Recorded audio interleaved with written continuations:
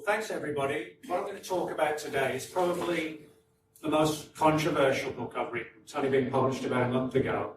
And it covers a very sort of strange, weird and almost ominous area. It's sort of a definitively UFO book, but it focuses on an area of the whole UFO subject, or a theory for it, that doesn't really get covered that much, although if you sort of look into the history of it, there have been a few books published over the years that do focus on this particular topic. And if we can have the next picture, please. That book's called Final Events, and it's a story where I guess most of my books, I sort of insert my views and opinions in them as to what the story tells. This book's a little bit different because other than pointing out that I interviewed people for the book, it actually doesn't include any of my own personal viewpoints. A number of people who've read the book, and certainly a lot who haven't, have posted internet comments saying, why hasn't it Redfern changed his views on the UFO subject, and why is he promoting this one story? Well, what I've said in response is my views haven't changed on the UFO subject, and I'm not actually promoting the story that the book tells as that it's the literal truth. What I'm doing is pointing out that these conclusions that are in the book, which I'll talk about, are the conclusions of a think tank group within the Pentagon. And so, in other words, what I'm doing is writing a history of the think tank organisation, how and why it reached these conclusions, and how it developed certain belief systems relative to the UFO subject. So, in other words, it's sort of a historical look at the group and its work. In the same way that somebody might write a book about the history of the CIA, it wouldn't necessarily need to have their own personal views included. So that's what I've done with this book. It's a controversial story enough without me every sort of second paragraph saying, well, I agree with this, but I disagree with that. It would get sort of a bit tedious having to read a book and wade through me, sort of shouting up every 10 lines or whatever. So what I've done is let the people I interviewed and the story tell itself. And from there, basically, people can kind of review it, understand it, learn where they're coming from, and then decide for themselves if they feel the theory has merit, or is it just another belief system? Now, of course, when it comes to UFOs, there are a number of belief systems as to what's going on. Certainly, on the one side, you have the debunkers who say there's absolutely nothing to it at all. It's just satellites, meteorites, weather balloons, etc. Then, on the other hand, you have the whole idea that it's extraterrestrials visiting us. And in between those two popular theories, I guess, you have a whole diversity of different angles. One of these being the crypto-terrestrial theory. A friend of mine, Mac Tony, wrote a book late last year, actually died just before it was published, called The Crypto-Terrestrials. And that tells the story, or suggests the theory, if you like, that some of these alien entities, or what we perceive to be aliens, could be some sort of ancient terrestrial race from right here on Earth that existed thousands of years ago and that maybe in some capacity is still around. And of course, a number of books have been written on the idea that UFOs are the work of time travelers from the future. So, in other words, we have a whole range of different theories to explain the UFO presence. It's not just as black and white as there's nothing to it or it's aliens. Different people have different theories. And that's the thrust, if you like, of this think tank group in the book, is that they have their own belief systems and theories based on their study of the available evidence. And of course, because they're a government think tank, yes, they have more money, funding, and the ability to do research, but at the end of the day, they're essentially reviewing the same information that we have access to, albeit with a few more secretive things, and coming to their own conclusions. So what I'm going to do, I think we've got about an hour or so, and then we have question and answers, is to sort of delve into the story of the group, how it was formed, why it was formed, and how it came to reach these conclusions. And the conclusions that the group reached, in some respects, kind of controversial. They concluded that there is a genuine UFO phenomenon, but they believe that it's literally demonic. They believe it's committing like a demonic deception, that what we see as aliens and UFOs, it's almost like a charade, it's like a holographic stage play, if you like, designed to convince us that there are aliens out there. But in reality, the idea is to get their grips into us all and deceive us into accepting them into our lives when in reality we're accepting demons, literally, into our lives. Now, again, as I said, that's not my view, but it is the view of the group. And so that's why, I feel it's important to get this across, that I'm not promoting this, the group of solve the UFO mystery, we all need to beware, etc. That's not the scenario that, I'm trying to relate. I'm just relating what they learned. So, with that said, if we can go on to the next picture.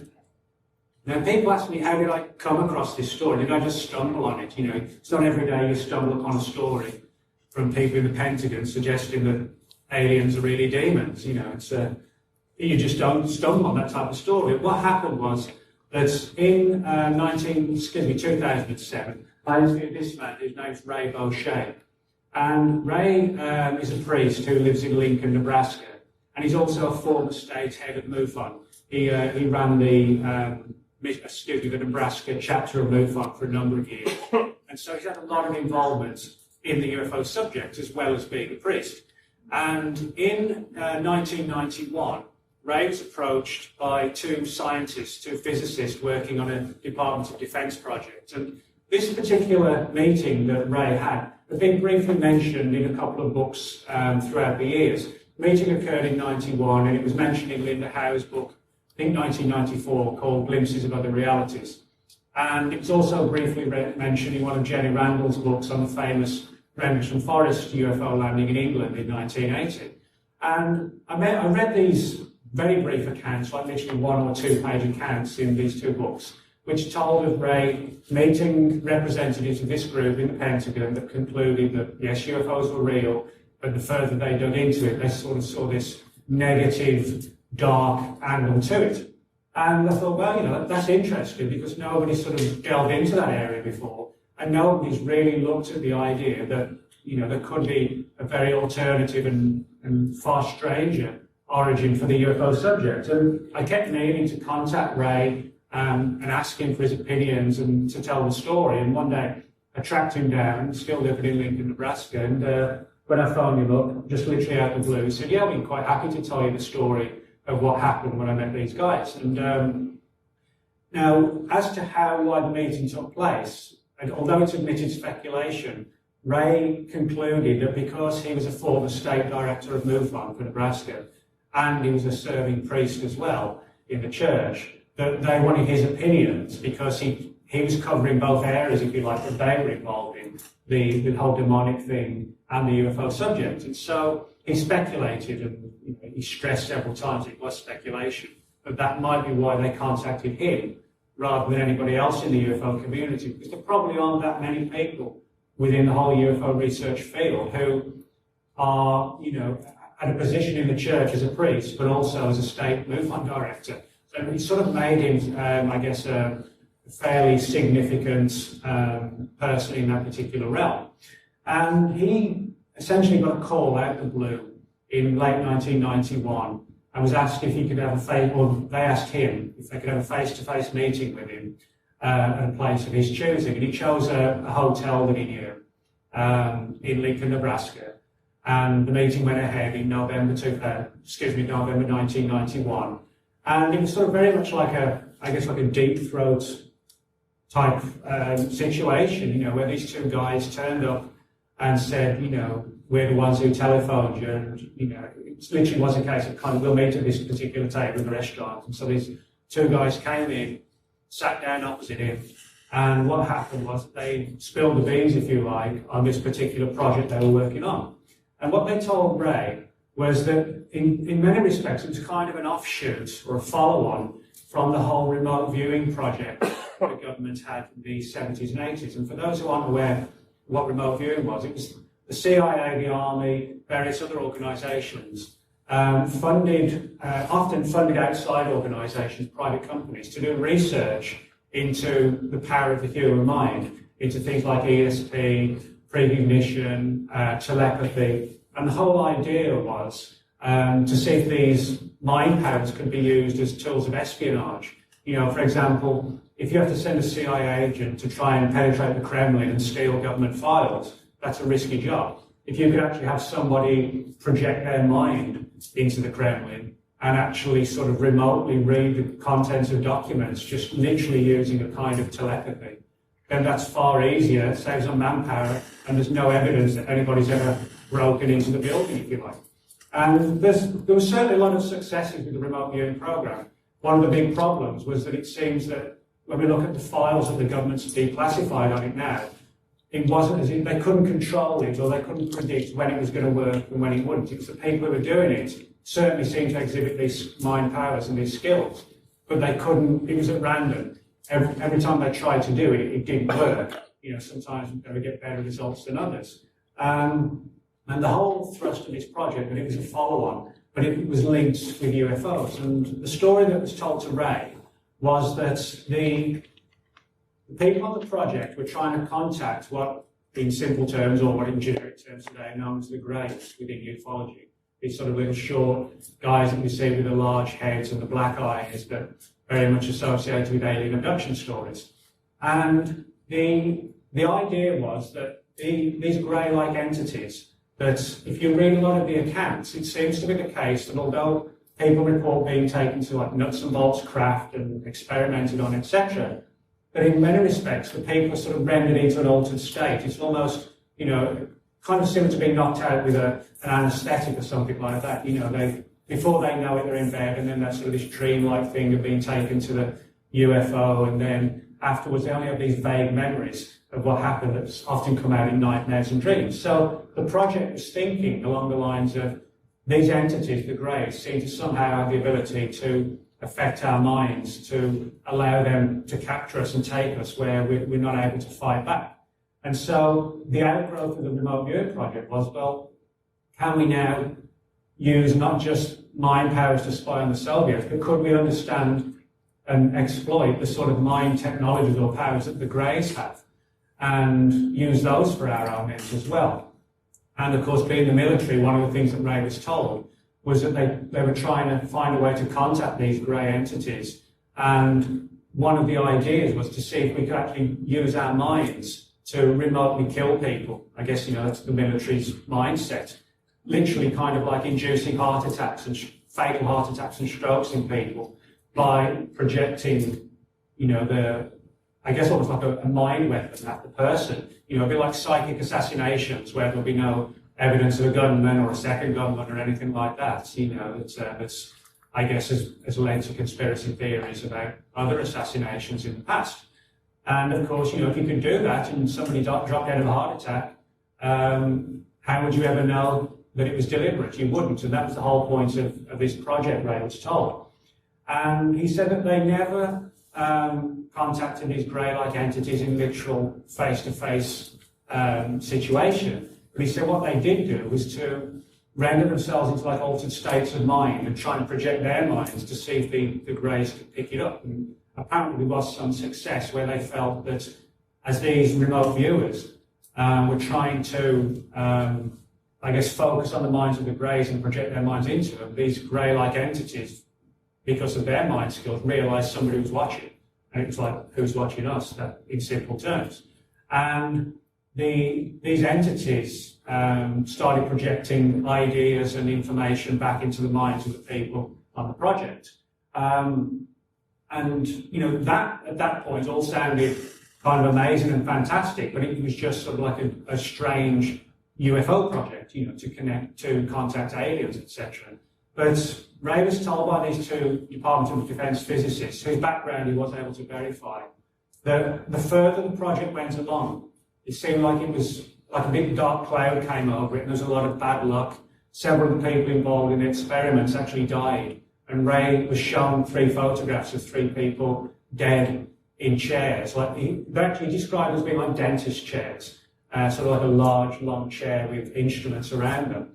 And he said one of the people, he couldn't tell how they died.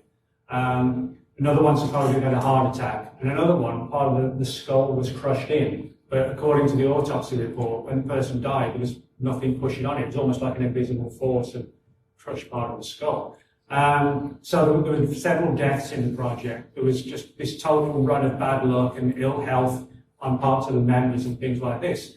And they actually came to believe that this was like a deliberate bad luck, in simple terms, that something had got its grips into the group that appeared extraterrestrial to start with, But then as it sort of, I guess, lulled them into a false sense of security and feeling that, yes, you know, we've got these guys on our side, then it was a case of these, I guess, negative entities. What they actually called them was non-human entities, NHEs. They never actually used the word aliens to Ray at all. They came to the conclusion that because there was this such terrible bad luck, ill health, deaths, etc., they concluded you wouldn't just get that if there were just nuts and bolts aliens flying around. And they felt that there was some sort of negative energy in the air. You know, when, for example, you have psychics go in haunted houses and they just feel, you know, the place doesn't feel right. And it was kind of that sort of feeling to the point where they wanted to close the project down. But other people in the project said, no, we've gone this far. Why don't we just, you know, keep taking it as far as we can and see what happens? And Ray's two informants, they basically left the project. So we're not really sure to what extent this aspect of the project, because it seems, further I dug into it, that there were several groups all following this same demonic agenda. But we know that Ray's two guys left the project, and we're trying to warn several people. They also communicated with Linda Howe, and she published a communication from them in her 1994 book, Glimpses by the Realities, which was basically along the same lines that, yes, there's a UFO real phenomenon, but we've been deceived as to its real point of origins. And so that was the story given to me, essentially, by Ray in 2007. Now, there were a few other things as well. For example, that the scientists believed that something genuinely non-human had come down at Roswell. But again, they concluded it wasn't a UFO as such. What they concluded was, again, it was like a demonic deception. Their view is, the best way to describe it, like a Trojan horse. They felt it was like a staged event to make us, to lull us into the idea that aliens had crashed, when in other words, it was just like a carefully prepared smoke screen, if you like, literally kind of using ancient alchemy to make the memory metal and things like this that the witnesses reported seeing on the ground. So, in other words, it gets into very sort of very weird stories and theories. And if we could have the next picture. Now, the story goes back a long, long way. That's a man named Aleister Crowley. And Aleister Crowley was sort of one of the, I suppose, the most famous people in the world of the occult, who did all sorts of research, rituals and rites into a whole range of different phenomena, trying to conjure up entities from other dimensions and realms. And Crowley is somebody who, you know, has become pretty much notorious within the realm of the occult. I guess his name title that many people know him by is the Great Beast. And certainly in the early years of the 20th century, he was doing a lot of research into conjuring up, not creating, but conjuring up and opening portals and doorways to what he believed were other dimensions and realms of existence. And in 1918, he engaged in this one particular ritual, the Avalanche working, as it was called. And this involved him entering an altered state of mind by ingesting mescaline and hashish, which will put you in an altered state of mind. And when the basic idea of this was he felt, as a number of researchers do today, that the best way to access these entities is through altered states of mind. That you can actually, you know, you don't need to travel out there. You can actually do it via altering the mind where, I guess, your soul, your essence, whatever, leaves the body and can go to this particular realm, or vice versa. We can bring them in.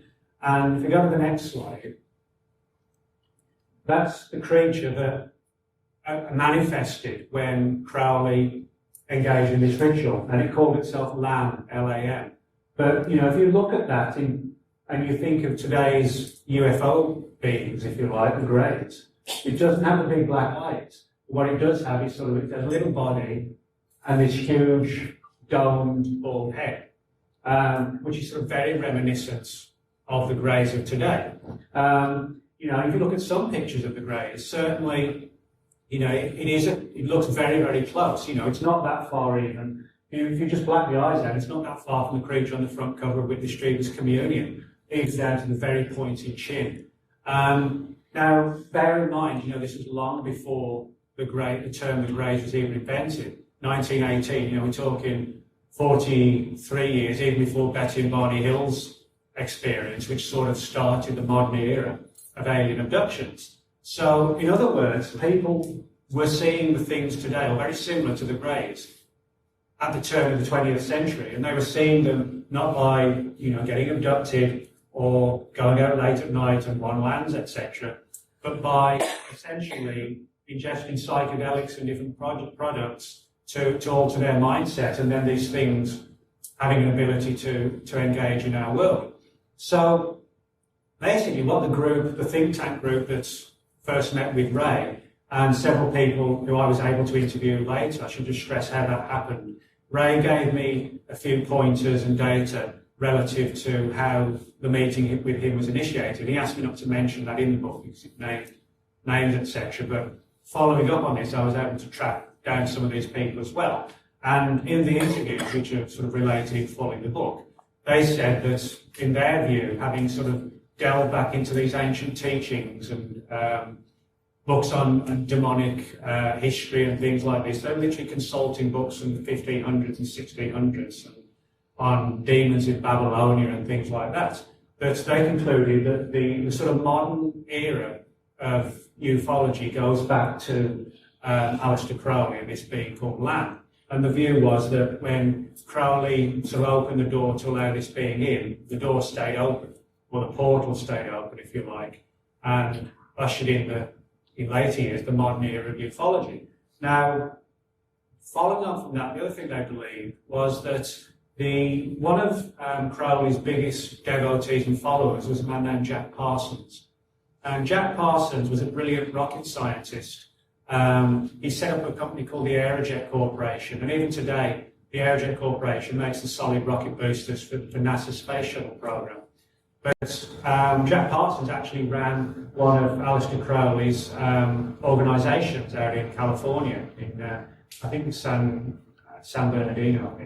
And so, in other words, Parsons was this guy. He was a very brilliant rocket scientist, but before every rocket launch, bear in mind this is in the 1930s when rocket flights and research was very much in its infancy. Before every rocket flight, he would invoke the god Pan, the Greek god Pan, to try and ensure a successful flight. And bear in mind that the military were actually contracting him to do this work. So in other words, you had the military using one of their major rocket scientists to do research for the armed forces, who actually happened to be an occultist and a follower of Crowley. So, in other words, you have this crossover way back to the 1930s and the 40s of the military having an interest in the occult. And it seems to be the way that's how the group started, because there was this crossover between Parsons having literally had a top secret clearance with the Army, Navy and Air Force to work on all their projects. And every year on Halloween, NASA's Jet Propulsion Laboratory, they hold what's called Nativity Day. And you can see this on the internet. I think there's some of it on YouTube, where they hold this, it's basically like a party in Jack Parsons' honour, and they bring in mannequins and dummies dressed up like Parsons and all his different personnel and friends, and they basically toast him with drinks that, if it wasn't for Parsons, there probably wouldn't have been a NASA of the type that exists today.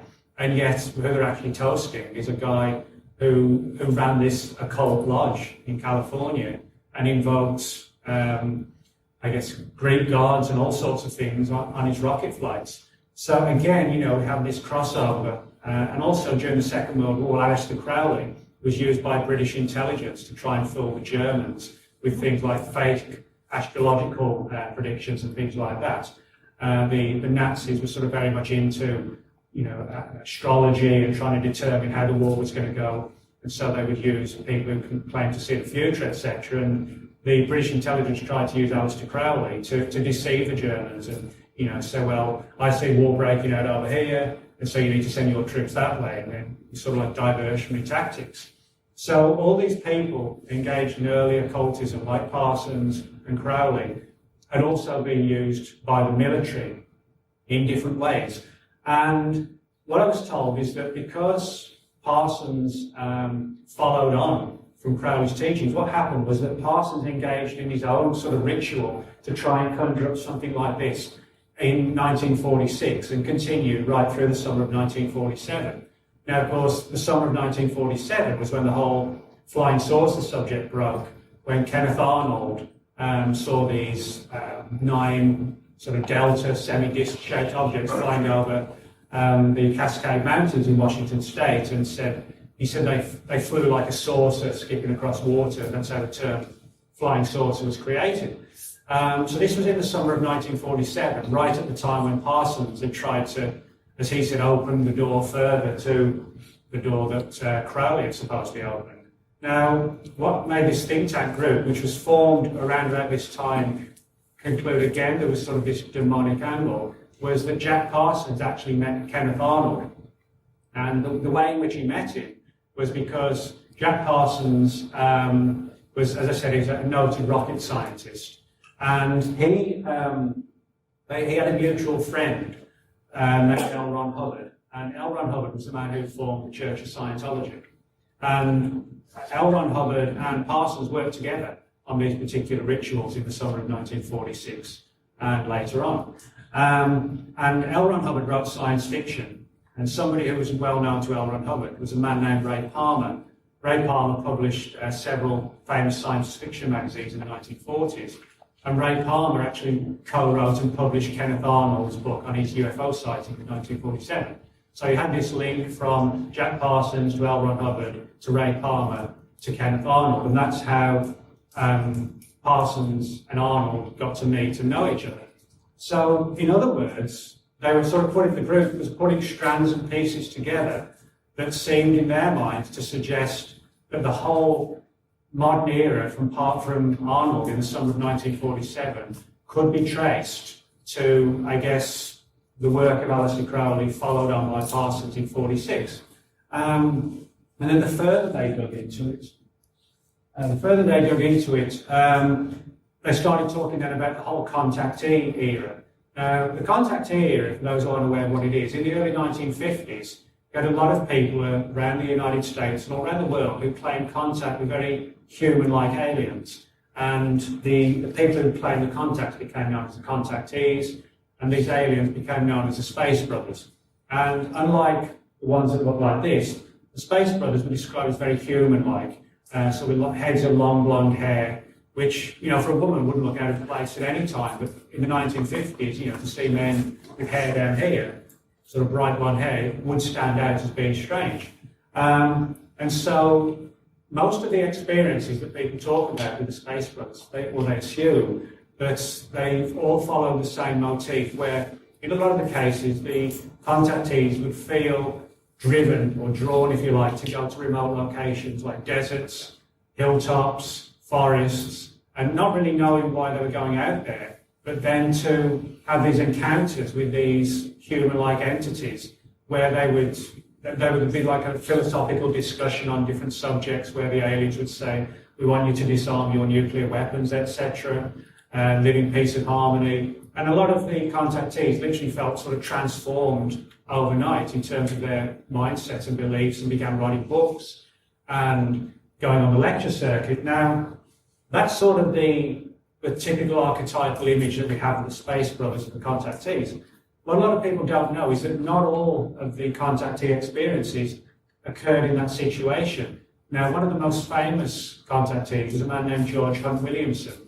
George Hunt Williamson wrote a number of UFO books before vanishing from the scene in the late 1950s, and then he died in the mid-80s. But he claimed that many of his experiences weren't undertaken by going out to the desert and meeting these aliens. He said his contact was made by Ouija boards, and literally nothing else. And his view was that, he would sit at the table, put his finger on the board, and the little planchette, as they call it, would move around, and he would get messages from the aliens that way. Well, the think tank group, they believed that Ouija boards were evidence of demonic dabbling. And so here was further evidence of linking somebody, a well-known person in the UFO subject, claiming to be receiving alien messages, but actually getting them through a Ouija board, which the group concluded was evidence of deception. Now, on top of that, certainly the most famous contactee was George Adamski. George Adamski wrote a number of books on UFOs. His first book, Flying Saucers of Landing, published in 1953, and its first printing sold 125,000 copies in America alone, which, is sort of unheard of in UFO book terms today. And he wrote this book, which again described his contactee type experiences. Now, Adamski wasn't the greatest writer, and so he had a co-author on the book named Desmond Leslie. And actually, what a lot of people forget or don't know is that Desmond Leslie's name actually appears before Adamski's on the book. The story was Adamski, but it was written definitively by Desmond Leslie. Well, Desmond Leslie's father, Sir Shane Leslie, was a deep follower of the occult, and he was actually trained in the teachings of Aleister Crowley. So again, he was somebody else they were looking into, where his background and his roots had a link with Aleister Crowley.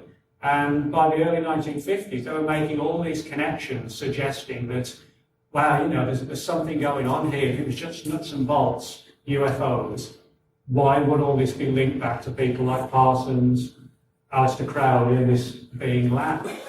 And this is when, in the early 50s, and prior to that time, late 40s, early 50s, they were just, as they openly admitted, they were putting strands together and trying to figure out what was going on and seeing a picture but not really understanding it. But by the sort of mid-50s, pretty much all the members of the group, which at the time was probably only about 15 people, as far as we can tell, it was first officially established in the early part of 1952. What it seems to be the case that happened was that in the late 40s, when the whole UFO thing broke out, various people in the intelligence community and the military that were interested but weren't involved in officially investigating it. In one particular place out in California, they would get together and sort of hang out, as one of the people described it, over martinis in a bar, and discuss what was going on in the UFO subject. And they came up with some interesting ideas like this.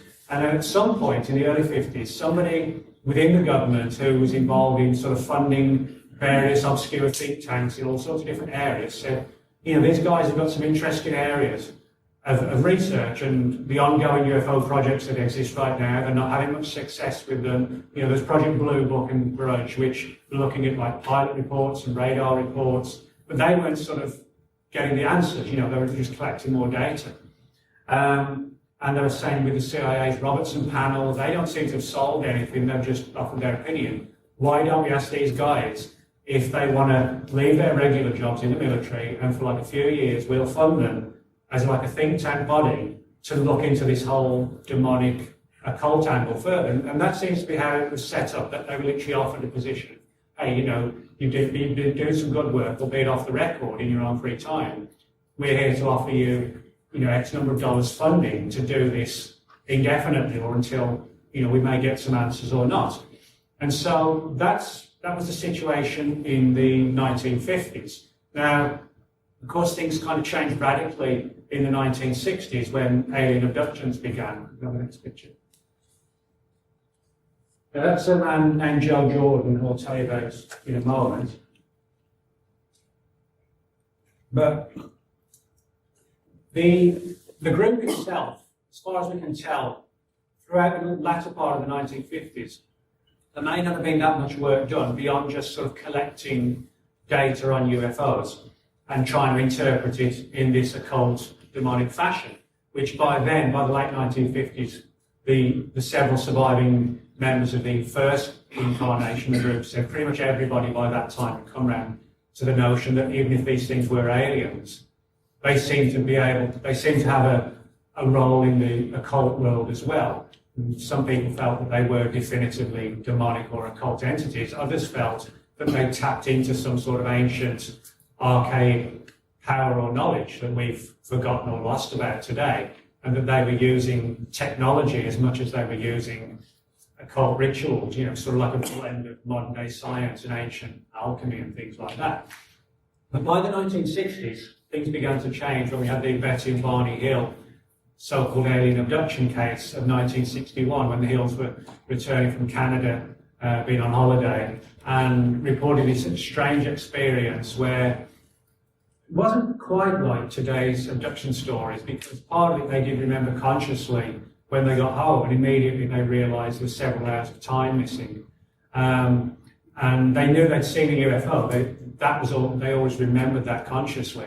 What they didn't remember consciously, and what came out in dreams and nightmares later, was being taken on board the craft and experimented on, etc., in the same scenario as today's alien abduction stories. Well, the group, the think tank, then began to realise that there seemed to be a new aspect to the UFO subject developing, that was far removed from the whole space brother, long-haired alien scenario 10 years earlier. And so what they did, they began to look at these cases as well, and like all abduction researchers have done, they realised that there seemed to be several trends, that there seemed to be interest in sort of human reproduction in the abduction stories of hybrid babies and things like that that look half human and half alien, that there seemed to be a medical experimentation angle, and that a lot of the people who were taken seemed to be like young women, young men, and that after a certain age the abductions seemed to stop, as if it was sort of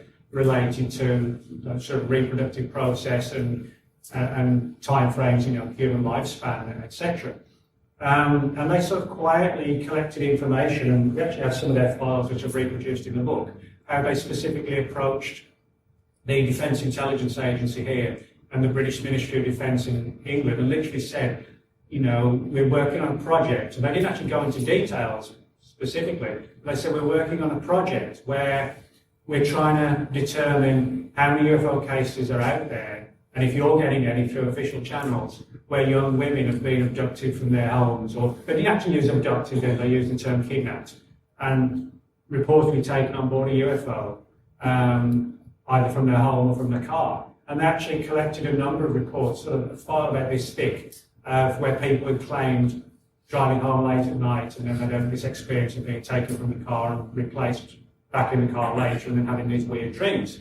So in other words, they've seen this phenomenon developing, but from their perspective, the challenge was, well, how does that relate to the demonic angle, or does it? Or is this just some totally different phenomenon? Are the Greys totally separate to the so-called Space Brothers? Is it just a completely different phenomenon? They continue to collect reports for a number of years.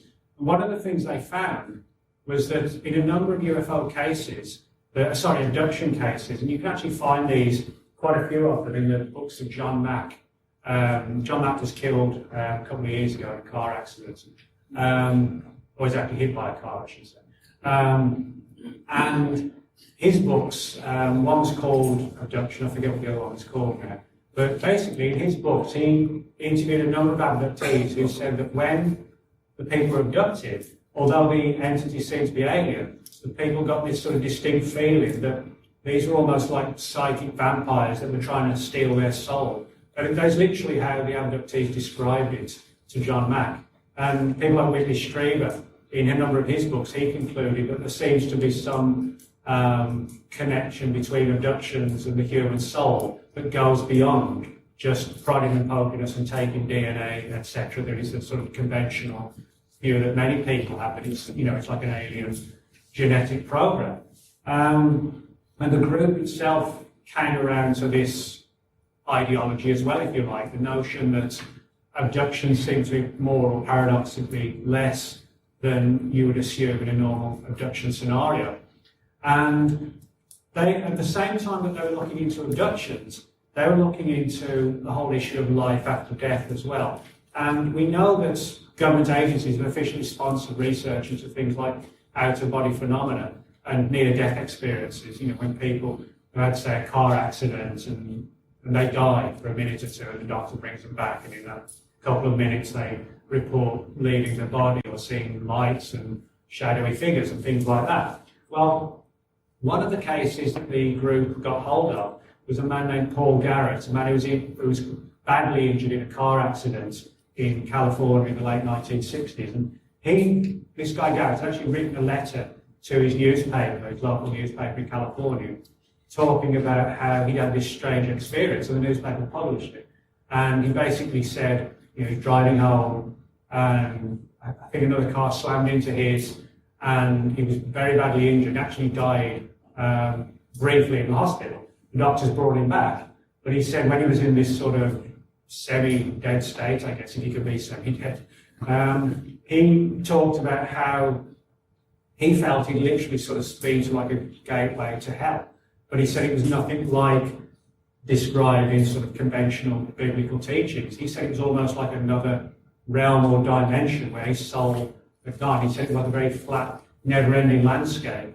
And he said there were all these other presumably dead people there who he said were kind of just like shuffling around like zombies. But he said there were these sort of small flying saucer type devices high above them. And he described them as sort of moving backwards and forwards very, very quickly, like worker bees, like just giant mechanical insects.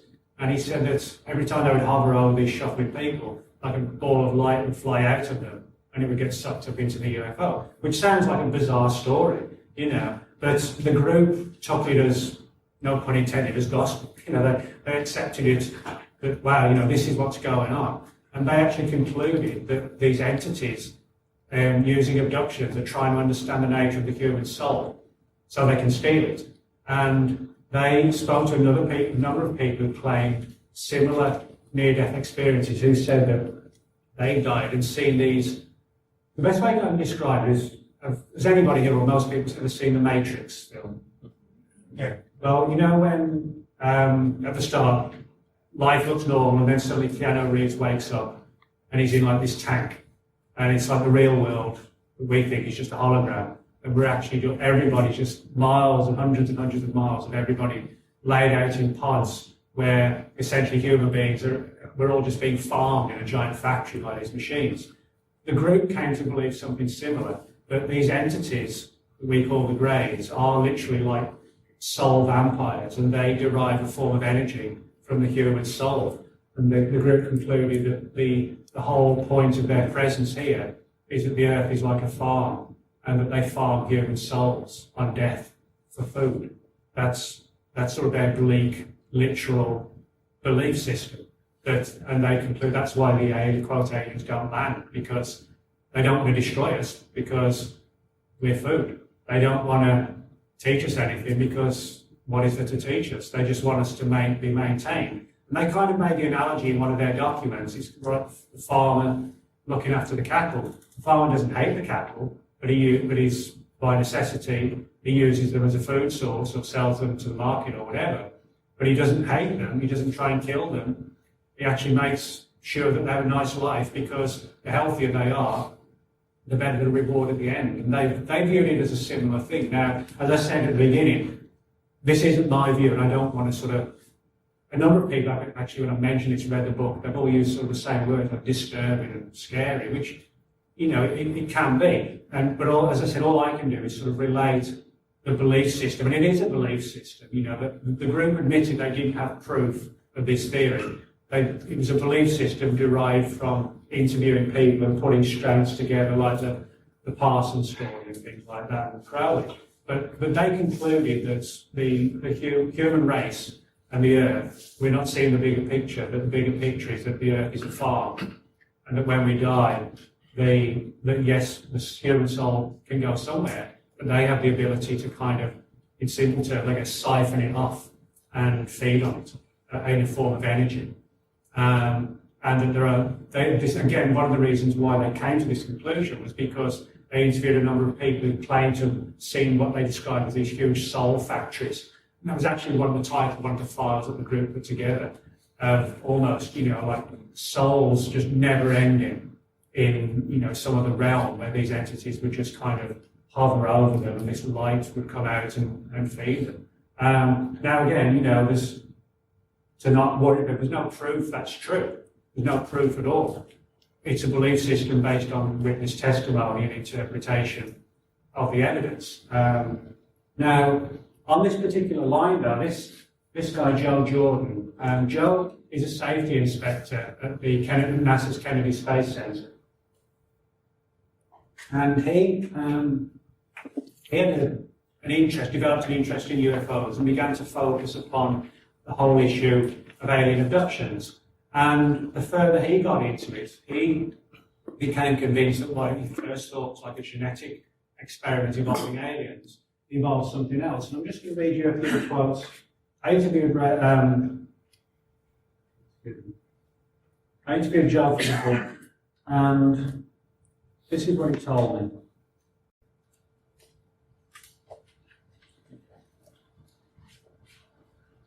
I started dealing with two unusual, very bizarre cases, and I had a girlfriend at the time who was one of my investigators dealing with abductions. It was good having her with us because a lot of the abductees are female, and with some of the more personal aspects of abductions, they wanted to share them, but felt uncomfortable sharing them with a man. She was a Christian, and I was fine with that. She didn't push it on me in any way. But she pulled me aside one day and said, "There's something very dark going on with these two cases, and I think you need some protection." She handed me a Bible and said, "It's in here." I replied, "No, it's got nothing to do with that." But I took a look at it, and when I read what's called the gospel message, I chose to become a Christian. And what Joe did as time went on, he began to look at it from this perspective, and he uncovered a number of cases where people claimed that they'd been literally able to stop an alien abduction in mid-process by calling out the name of Jesus or Christian God, and that the entities had vanished, that it was almost as if they'd been, hit by an electric shock or something like that, or shot. They just staggered away into the darkness, and the alien abduction experience came to a close. Now, this wasn't, when they're in sort of like on a UFO situation. This was primarily sort of in the bedroom when the experiences began or ending, and these creatures are looming around the bed, and they would sort of cry out, "Help me, God," or whatever. And these creatures would then sort of disappear into the darkness and be gone, literally gone.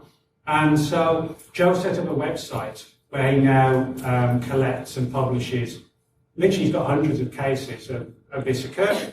Now, people say, well, is it possible that that's exactly what's going on, by calling out Jesus' name, that it does literally stop these entities because they are demonic entities? That would make sense.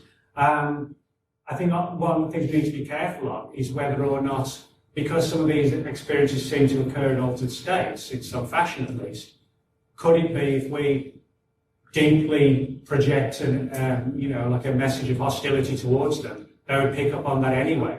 In other words, if you were to cry out for Buddha or Allah or whatever, it may not be the deity or whoever you're calling. It may just be the sheer fact that you're projecting hostility towards them, and they realise you have a way of fighting back, that may actually, have an effect as well. And again, I think a lot of it comes down to belief system, that the group was very Christian oriented.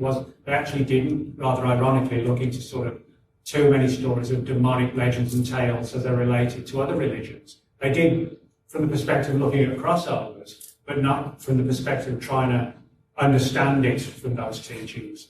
So, we have this situation where, although Joe's obviously not part of this group or this think tank, he's just an independent abduction researcher, he came to a similar conclusion as well, that abduction seems to be tied in with this phenomenon. Now, that's, of course, what President Ronald Reagan. What we know is in the early 1980s, specifically in 1982, when Steven Spielberg released E.T., prior to it going on mainstream release in cinemas all around the world, President Reagan and the staff of the White House were given a private viewing at the White House. A lot of people don't know it's actually a cinema in the White House, and they often show films. And of course, Reagan, before he became president, was an actor, and he obviously retained his interest in the Hollywood film industry. And Steven Spielberg was basically invited to show E.T. at the White House.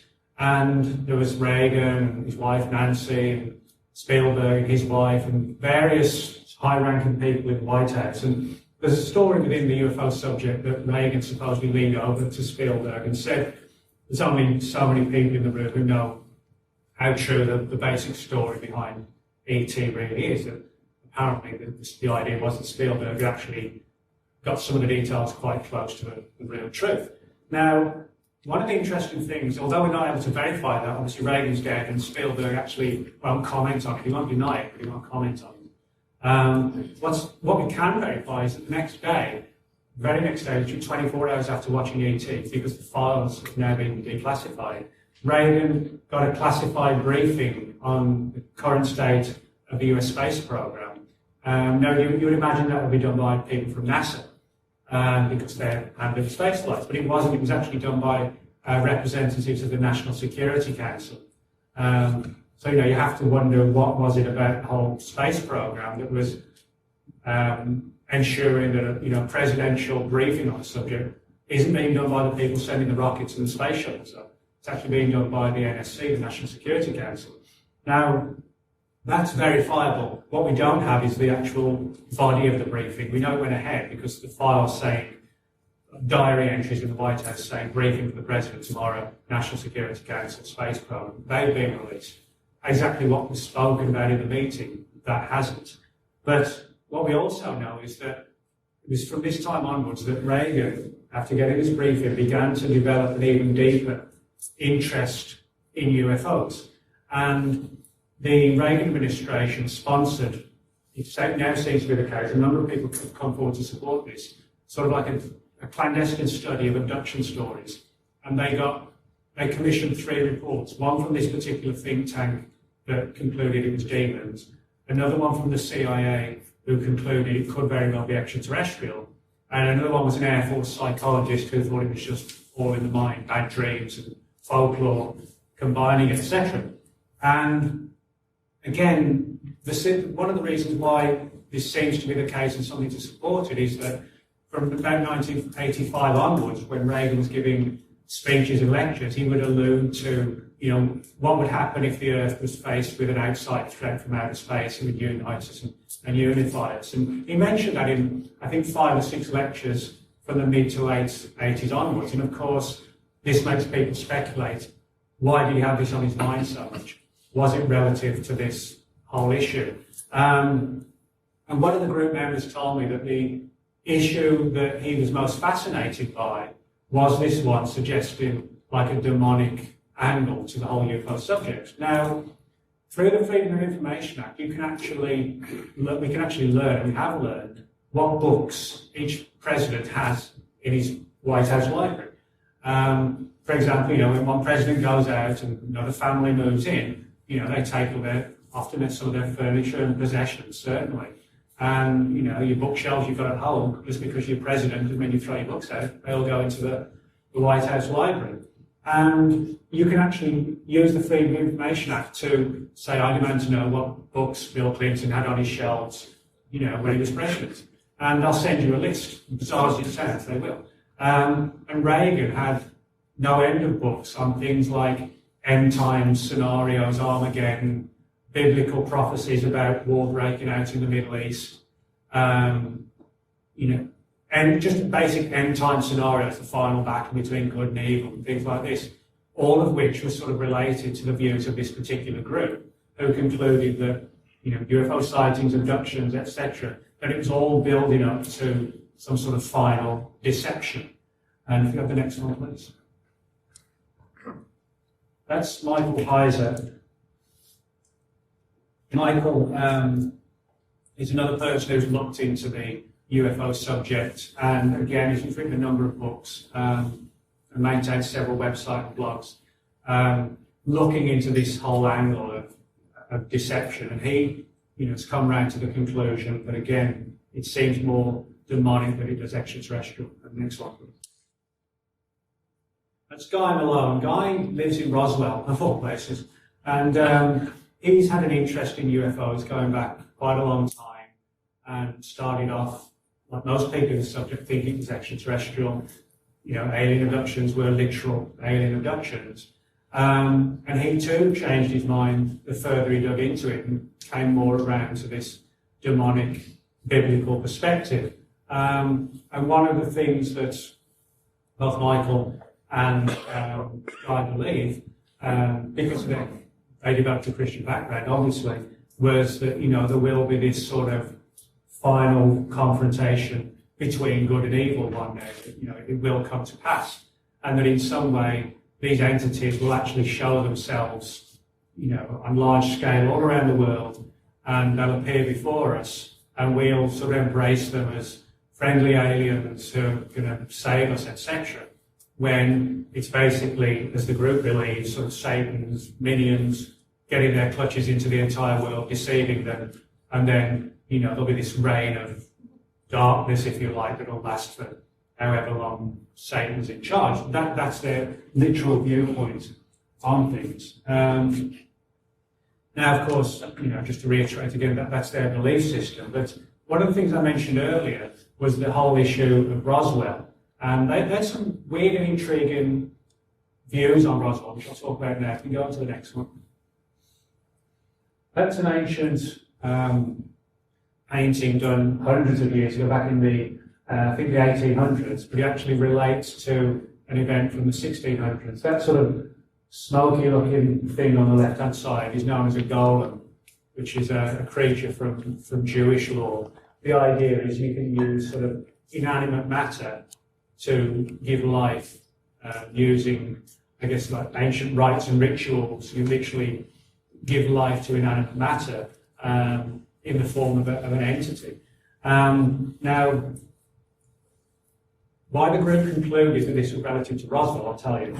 As I said, this is perhaps one of the few groups within governments that publicly says something anomalous and strange really did happen at Roswell. You ask most government agencies, they say it was a weather balloon, it was a spy balloon, or it was whatever, it was anything but a UFO.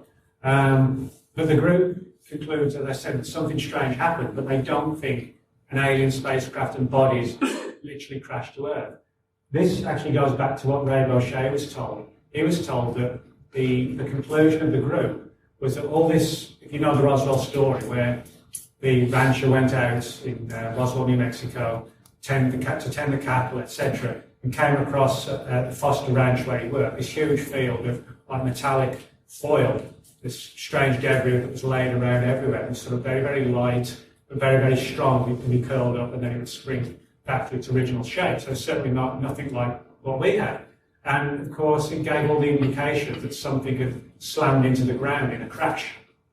And there were reports also of strange bodies having been found in the area as well. What the group came to conclude was that, and again, this is belief-driven conclusion, I would stress, was that the debris, the wreckage, wasn't anything that had ever crashed. They concluded that these entities had somehow literally sort of plucked matter from somewhere else, and using ancient alchemy, which is where you train, you allegedly at least change one substance into another, sort of talking about turning tin into gold or whatever, using alchemical methods. They created this material, wreckage, and just carefully placed it on the ground. And as far as the bodies were concerned, they believed that they were, I'm sure everybody knows what a jackalope is. The idea of, it's like you see at fairs and circuses where they're like a little constructed body made out of real flesh, blood and bones, but they never lived.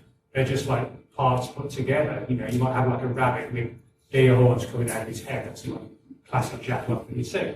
And that's in simple terms. But what the group concluded was that these entities had the ability to literally manipulate DNA as a genetic level in ways that we just didn't understand. That they created these bodies with a view to having us believe they were extraterrestrial corpses. But in reality, they were like highly advanced genetic dolls that never ever lived. But again, the idea was to lay the wreckage out, lay the bodies out, to deceive us into the idea that vulnerable aliens had crashed on the Earth. And again, another reason they came to this conclusion was that the guy who was doing that ritual there in the 1600s, this is an old story, was actually a distant relative of a man named Theodore von Karman. Theodore von Karman was a very noted rocket scientist in the 50s and 60s who worked with NASA. And Theodore von Karman worked closely with Jack Parsons, who was a follower of Aleister Crowley. So, they were making all these links. Was it only coincidence that Jack Parsons actually considered Theodore von Karman to be like a father figure? Was it only coincidence that one of Theodore von Karman's relatives, or in the past, they tried to conjure up a manufactured life form? And again, that was one of the things that led them to this particular conclusion. And also, on the day he died, Jack Parsons, he blew himself up in his lab in Pasadena, California.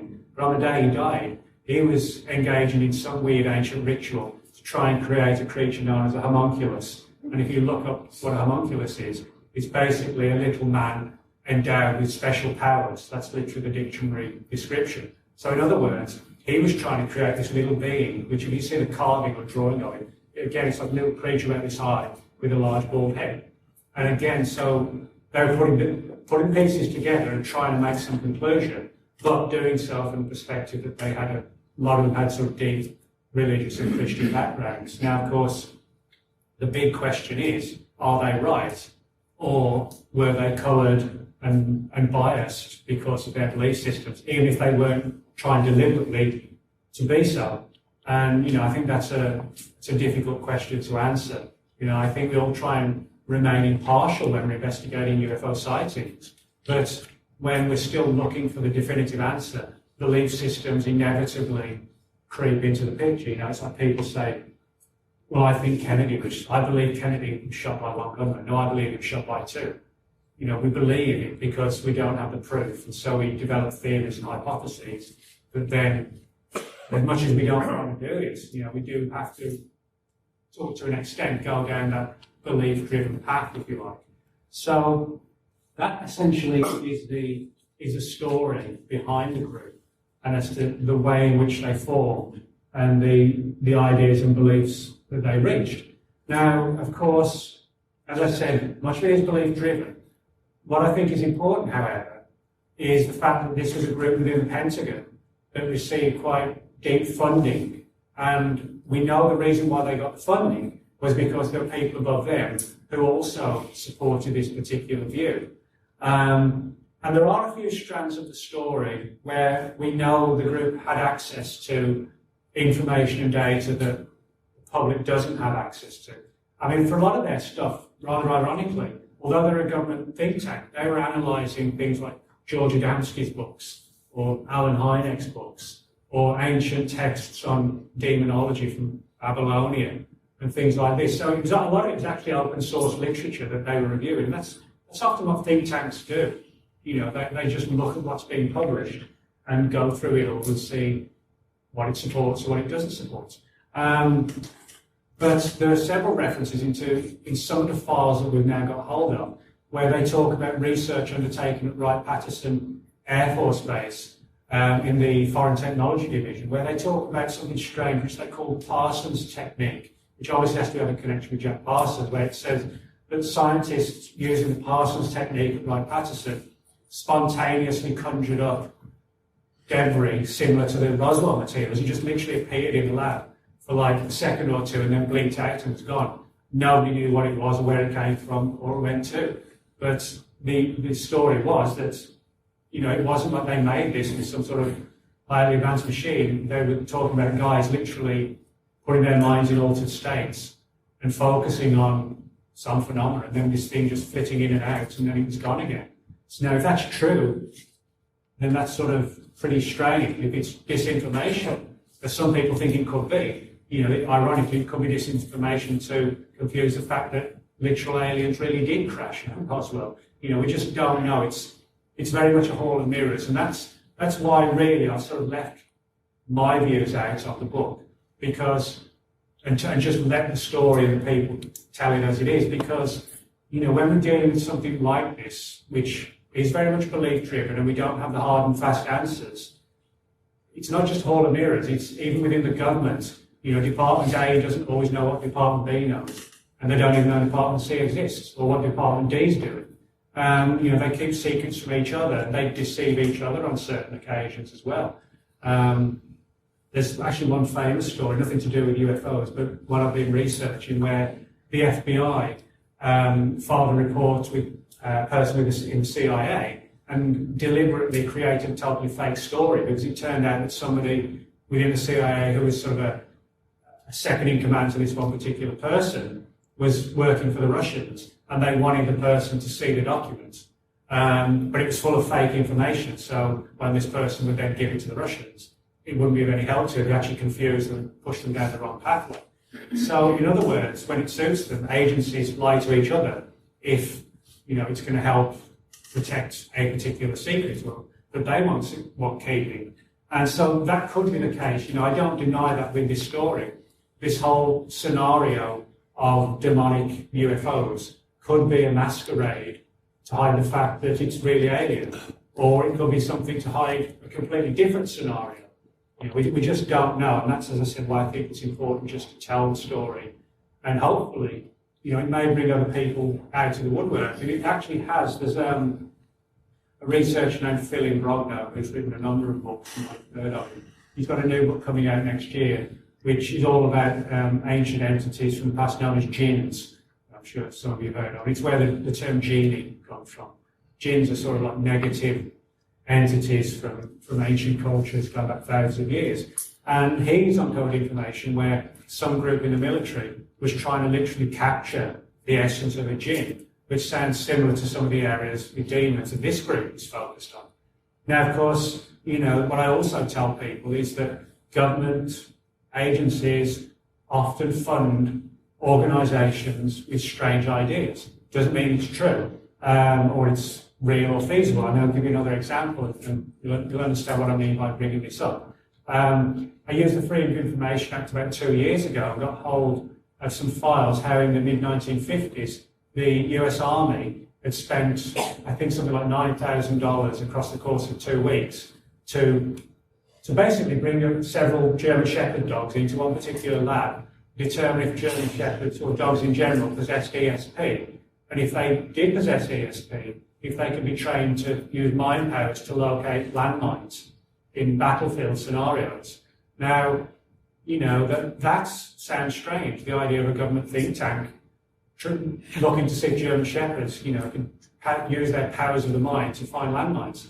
But those files have now all been officially declassified. So it does demonstrate an important thing that there are a lot of weird things out there that government agencies will fund. Now, in this case, the dogs just ran around and drinking water and eating their dinner and wagging the tail, having a good time. They didn't find any fake. They actually paid down for real landmines that they didn't have the explosives in, and they didn't find them. The project was scrapped.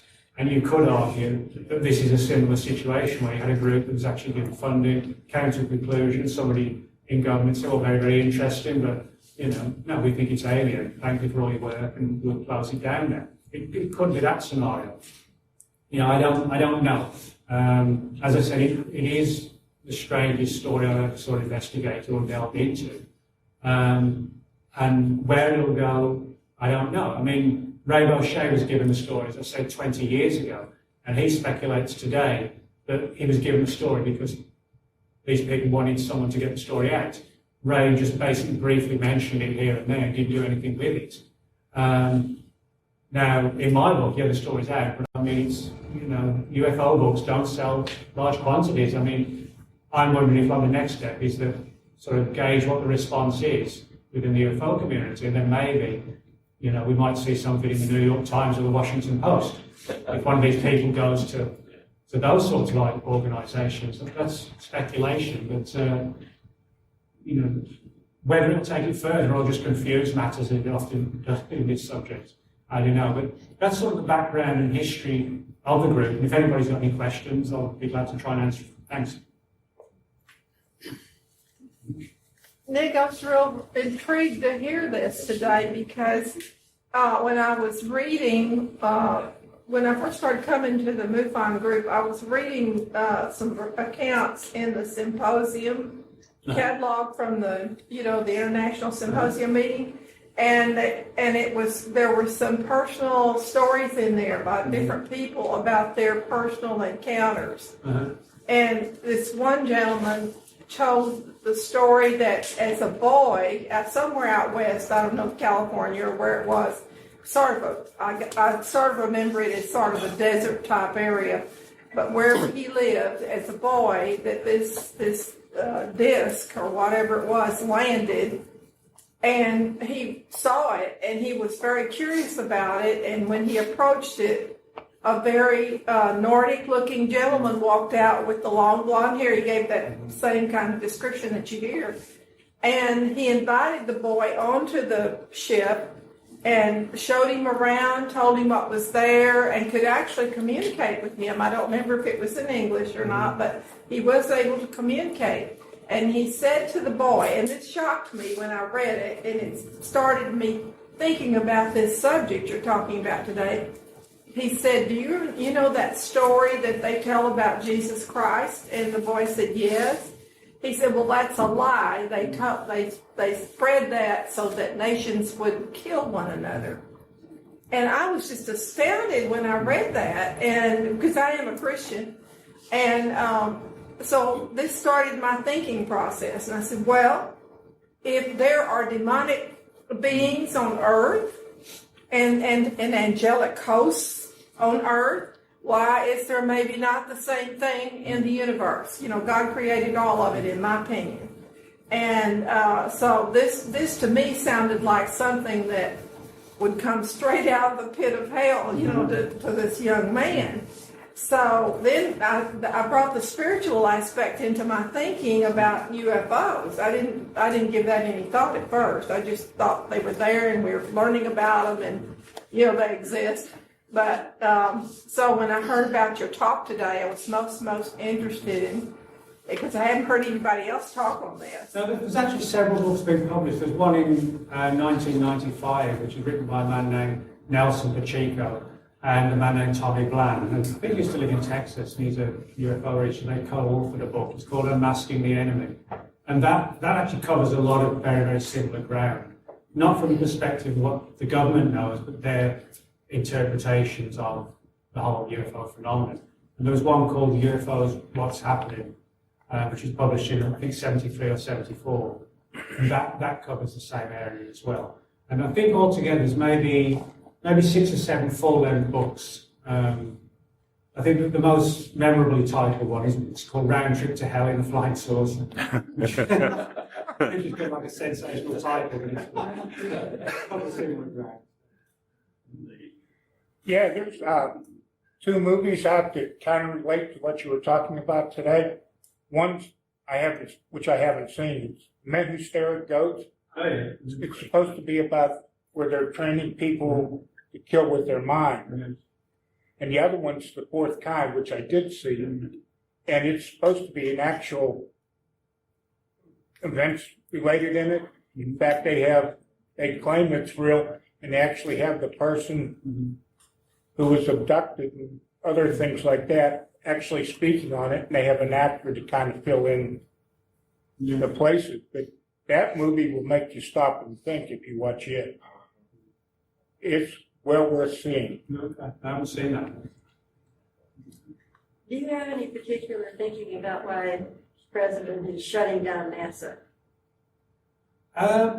Well, you know, I mean, you can look at it from different angles. You can look at a conspiratorial angle. You can look at it from saving money. You know, I think. Sent the guy out to. Yeah, I mean, you know, it's difficult to know. I mean, I think with NASA, people kind of looked at it back in the 60s, where we're going to go to the moon, and we're going to achieve something, we're going to land on the moon the very first time ever put people on the moon. Today, I don't think people, particularly politicians and people funding things, don't see the next step, the next big thing. You know, the next big thing will probably be like a manned mission to Mars or something. But nobody sort of, that's not in your immediate mind. You know, back in the 60s, you know, when Kennedy said we're going to put people on the moon in the next 10 years, we haven't had that big speech of how there's going to be this huge project within the next, by 2020, we're going to put people on Mars and everybody's behind it. It's almost like, well, NASA today is, oh yeah, the space shuttle goes up for a day or two, then it comes down again. They launch occasional satellites, big deal. You know, there isn't, in other words, there isn't this impetus where people find it amazing, the space program isn't amazing anymore and fantastic. It's just, you know, putting another bit of a tin up in the sky or whatever. And I think that's possibly part of it. It's people thinking the idea of exploration and the wonder of what might be out there has gone. I think, you know, there's better things to do down here. I think people think. Amen. Yeah. I'd like to add something to that. I don't believe that NASA has been a real space program all along. I know Lynn Schulzen, our resident rocket scientist who is a manager there at NASA, would have different feelings about it. But Ben Rich, the CEO of the Lockheed Skunk Works, said that we have the technology now to go to the stars, and that all of that technology is locked up, probably not to be brought out for the benefit of mankind, short of Armageddon.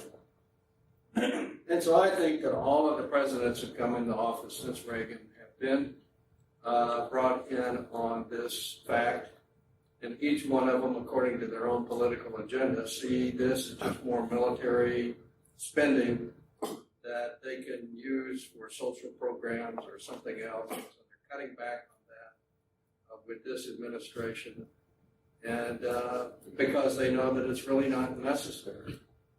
And I will tell you one more thing I think I've mentioned to other groups. When I was a young man, I was a liberated teenager.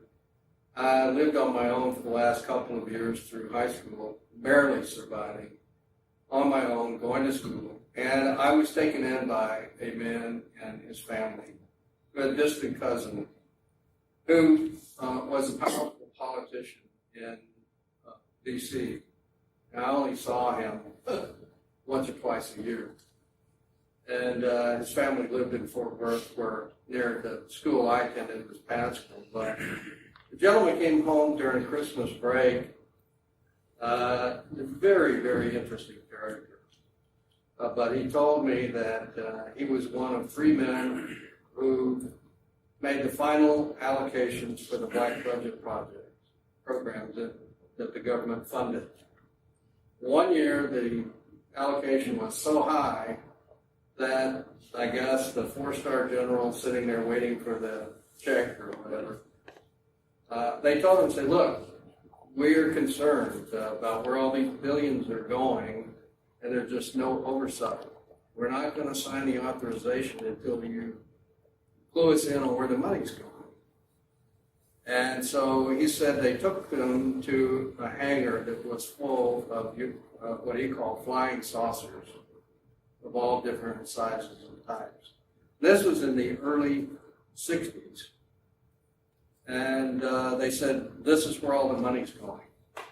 It didn't say, Uncle Ham didn't say, he saw little aliens. It didn't say they flew around in one or anything. It's just, he kind of clamped up at the point where, what am I doing telling this to an 18-year-old, 17-year-old? But I absolutely believe him. And that was in the early 60s, while we were still shooting things with chemical rockets off of Canaveral and places. So they had more advanced technology that the public wasn't aware of back then. So that's my opinion why these programs constantly get cut back. We probably already have craft that have seen most of our solar system, if not more. And as Ben Rich said, we have the technology to travel to the stars, and it wouldn't take years like people believe. Einstein was wrong. So anyway, that's my 2 cents. So since you've done so much research on UFOs and you've written this, where would you put this? Where would you fit this in? Or if you were going to write a book, sort of, where would you slot this? And what would your thesis be and where this fits in? My conclusion is that in the same way that government agencies throughout the years have looked into the UFO subject, this is another example. For example, the Air Force had definitely, there's been a lot of talk about secret groups, but what we know about verifiably existing groups, back in the late 40s, the Air Force had a group called Sign, Project Sign, which then became Project Grudge. And there's a story that Project Grudge did at one point conclude that some UFOs were extraterrestrial, but the Air Force didn't want to hear it, and so they burnt the file. And in 1952-53, there was a CIA organization called the Robertson Panel. And the Robertson Panel was less concerned about what UFOs were, but how the Russians might exploit the subject. For example, there was a fear that if the Russians would, I guess, create a fake UFO wave. You know, they'd insert UFO stories in the American press and have people over here who are on their side say, you know, we saw a UFO, etc. So there was this huge wave of sightings, and then they would launch a sneak attack, and everybody would wonder, what is it, UFOs? And they would hold back from retaliating until it might be too late. And that was the CIA's concern, how the subject could be exploited. And Project Blue Book, which is the Air Force's project that closed down in '69, they concluded there was nothing to it. These guys concluded it was demonic. So I think what this tells us is that lots of different groups in the government have looked into this phenomenon, some with preconceived ideas and belief systems as to what might be going on, others totally open-minded, but lacking the hard evidence. So they're as fallible, they're just human like the rest of us. So just because they wear a suit and tie in government doesn't necessarily mean their theory is any better than anybody else's. So my view would be, it's sort of like a fascinating but weird little part of ufological history,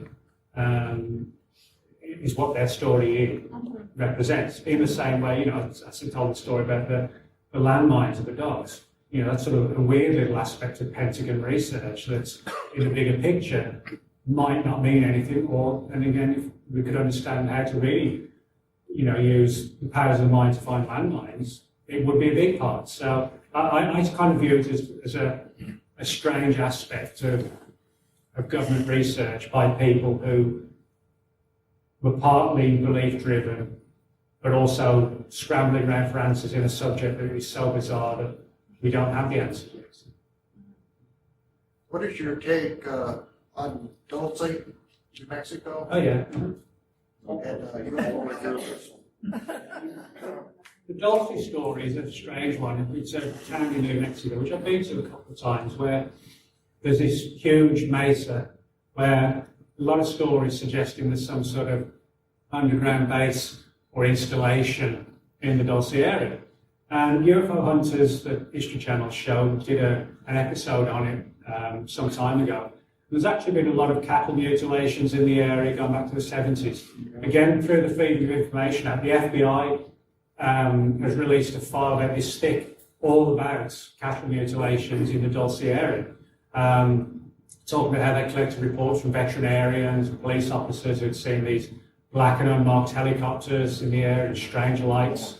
So there's definitely been something going on there. And a friend of mine, Greg Bishop, wrote a book called Project Beta, all about the Dulce story, or about 3 or 4 chapters, I should say, are all about Dulce. And there's no doubt in my mind that something's been going on at Dulce. You know, it's not just random sightings, that there has been some sort of installation there. Now, you know, whether it's a military installation, a secret thing, an alien thing, a bit of both, who knows? But I think there's definitely some installation either is there or has been there in the past. Somewhere I saw drawings of a very extensive base underneath the Yeah, somebody who said they worked there did some drawings and said there was sort of different levels, like 6 or 7 levels to the base and whatever. But, you know, because a lot of these stories are coming from different people who don't know each other, that's sort of a good pointer towards the fact that something was going on. I know that certainly the reports today are less than they were in the 70s and 80s. It doesn't necessarily mean it's closed down, but, you know, we need to address more. What do, I don't know if you know this or not, but what do the think tanks, what is their perspective on the Bible and maybe, demons or angels, or what is their? Well, yeah, I mean, they interpreted it literally because this was sort of looking at things from a purely Christian perspective. And so, you know, they didn't, as I said earlier, they didn't kind of look at it from the perspective of any other religious belief systems, you know, where some belief systems hold to the idea of reincarnation.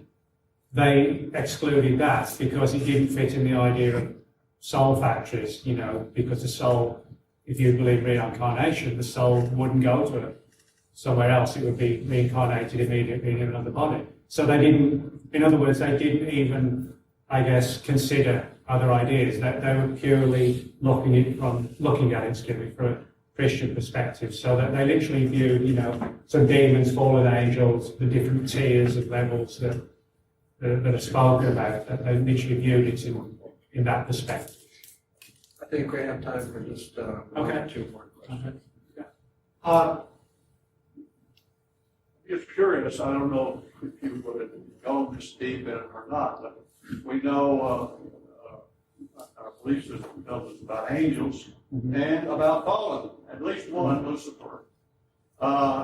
Is there any indication that among demons we only think negatively when we hear demons? Is there any hierarchy of demons, or maybe good demons? That sounds kind of an oxymoron, just to say it. Yeah, they actually did talk a little bit about the whole idea of, the powers of good, but they don't, throughout the book, and all the people I spoke to, and certainly Ray, they never discuss any evidence of seeing that here right now.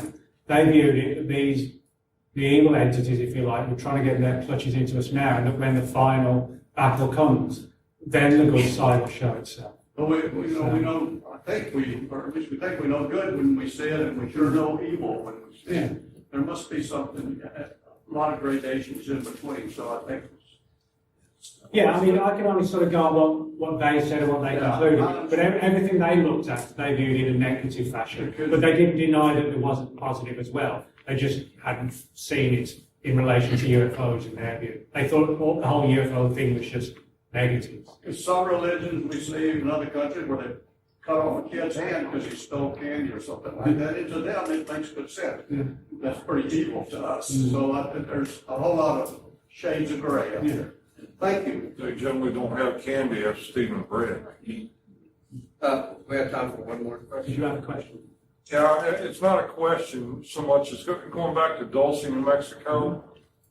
Chuck and I went up there. We took my Jeep up there. We drove the same road the UFO hunters were on. Then we found a nice dirt road going down the back instead of this gravel thing going up and whatnot. There are power lines going up there, but only enough to support the microwave towers that you see there and the forestry service viewing. We drove that whole mesa, okay, every road that we could find on this GPS and everything else. We saw absolutely nothing, okay, and to support a base takes a lot of support personnel, right? I mean, cooks and the whole 9 yards.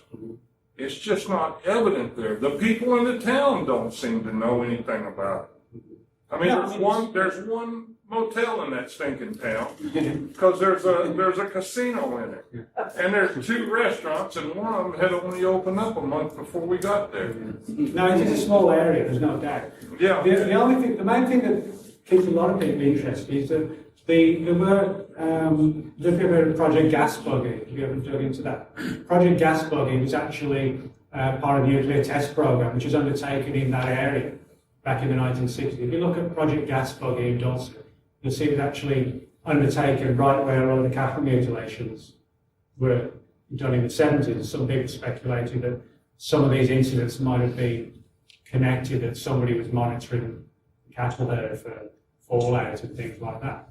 But if you Google Project Gas Space Buggy, you'll find a lot of information on that, an official project that went on there. So we know that there were military projects in that direct area back in the 60s. That's why I said today, certainly, there's certainly not the coverage given as there was.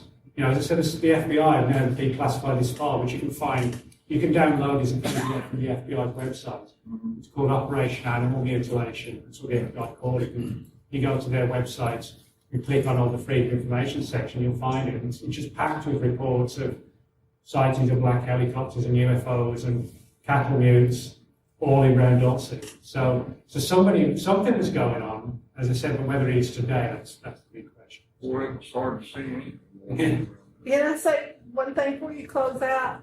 Because we may never get into this particular subject again, and I have a personal story I want to share with the group because sometimes we need to hear these things to know they're real.